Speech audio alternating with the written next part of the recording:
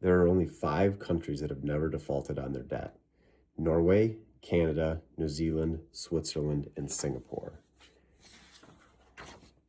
This is throughout the past 500 plus years in which there have been multiple world reserve currencies transitioning from Portugal to Spain to the Netherlands to France to Britain and finally the United States, which each of these regimes lasting roughly 100 years.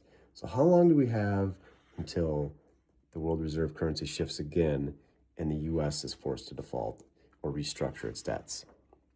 Technically, the US government has already defaulted on its debts 4 times. The first being in 1862, with the government's difficulties paying for the Civil War, in which they issued greenbacks.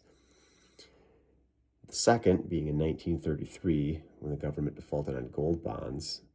When the case went to the Supreme Court, the Chief Justice stated, "The government, through exercise of its sovereign power, has rendered itself immune from liability." The third is in 1968, when the government refused to redeem silver certificates for silver deposits. And the fourth was in 1971, when the government refused to